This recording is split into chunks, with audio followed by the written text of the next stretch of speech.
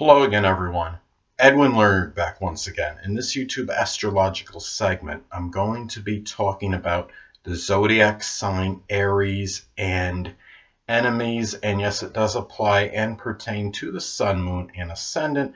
I'm going to talk about the enemies that Aries may very well attract and also how Aries is as an enemy.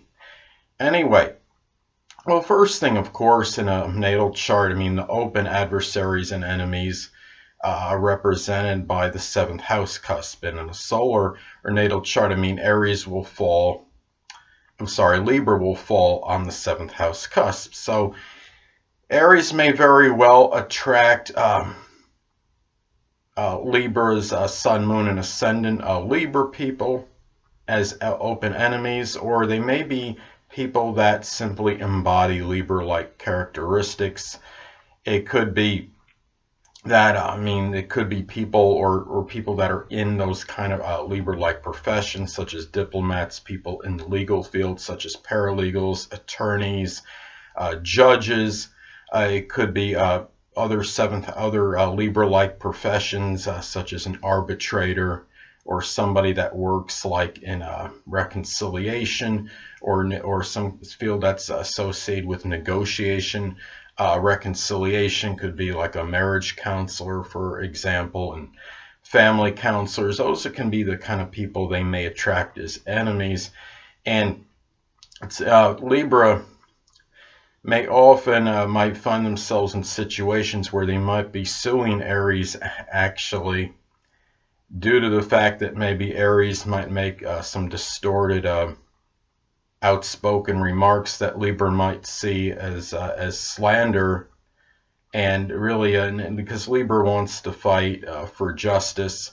Libra is about tact and diplomacy, while Aries, of course, can be just very outspoken with what they say, very direct and straightforward. So, anyway, another thing too is that as far as other enemies that Aries may attract, well, Pisces often falls on the 12th house cusp in a natal or solar chart for Aries. So Aries may attract Pisces sun, moon, and ascendant people that are hidden enemies or hidden adversaries, or they could be simply people that embody Pisces-like characteristics, or people that are in Pisces-like professions such as spirituality, people in the metaphysical world, mediums, psychics, people doing work with water such as oceanography, boating, fishermen, people that work in the pharmaceutical fields, chemists, things of that nature. And the thing about it is, I think people wonder sometimes, there's some people that wonder, well,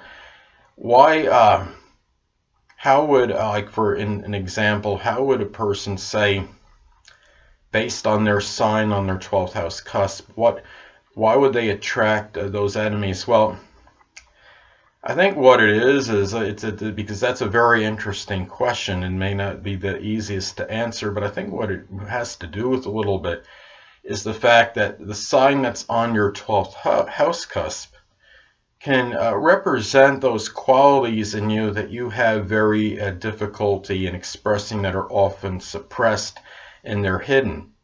So there you have the correlation perhaps of those hidden enemies. If you have difficulty seeing or being able to express those qualities in yourself, you may have difficulty seeing those enemies or adversaries that are associated with those qualities and characteristics. I think that has something to do with it as well. So anyway, well, also to keep in mind too that the enemies or adversaries one can have astrologically is not limited to that 7th house cusp and 12th house cusp, although that does figure prominently.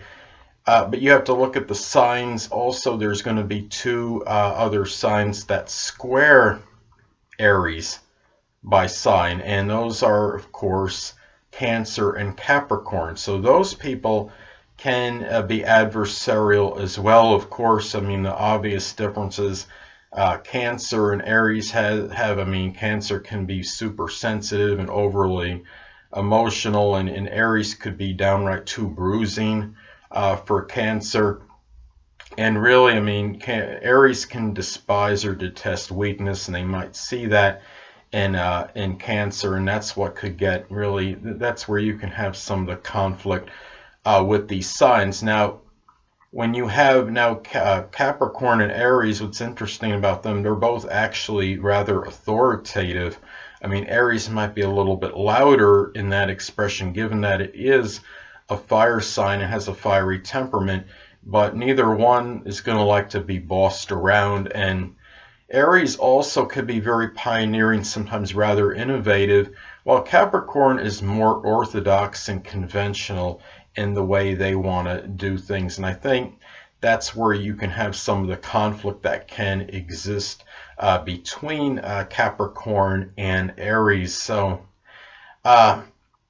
anyway, another thing too is, as far as Aries is as an enemy, well, Aries could be rather I mean, fearless, very combative, in your face. Aries is very confrontational, could be very formidable enemy, given the fact that they simply generally are not going to have any fear or very little fear. And Aries is very outspoken, and if you have an Aries enemy, you're likely going to know about it, unless of course they have some contraindicators in their chart. Now, as an enemy, it really, and I'm being kind of facetious with this, I mean, you want to do something to Aries, walk in front of them in line. Aries often likes to be the first ones in line, so if you walk right in front of them, that might get under their skin a little bit. Or just find something you can beat them at in some competition. Aries often likes to be first, they like to conquer, they like to win. Aries likes to fight and win. Beat them at some, maybe a combative sport, whether it could be boxing, whether it could be wrestling. Do something where you can defeat them, and maybe that will get under their skin. So anyway, people, that will conclude this YouTube astrological segment for Aries and enemies, and stay tuned next time where I'll be talking about Taurus and enemies. Two things I want to get with you on before I head out. Firstly, the stars may impel but do not compel. And secondly, never isolate any single astrological element, aspect, planetary placement, position, configuration, influence, or what have you, and make an analysis of a person, astrologically speaking, based on this alone, because astrologically speaking, the person is the sum of all their components in their natal chart and not just one. Until next time, people, stay well.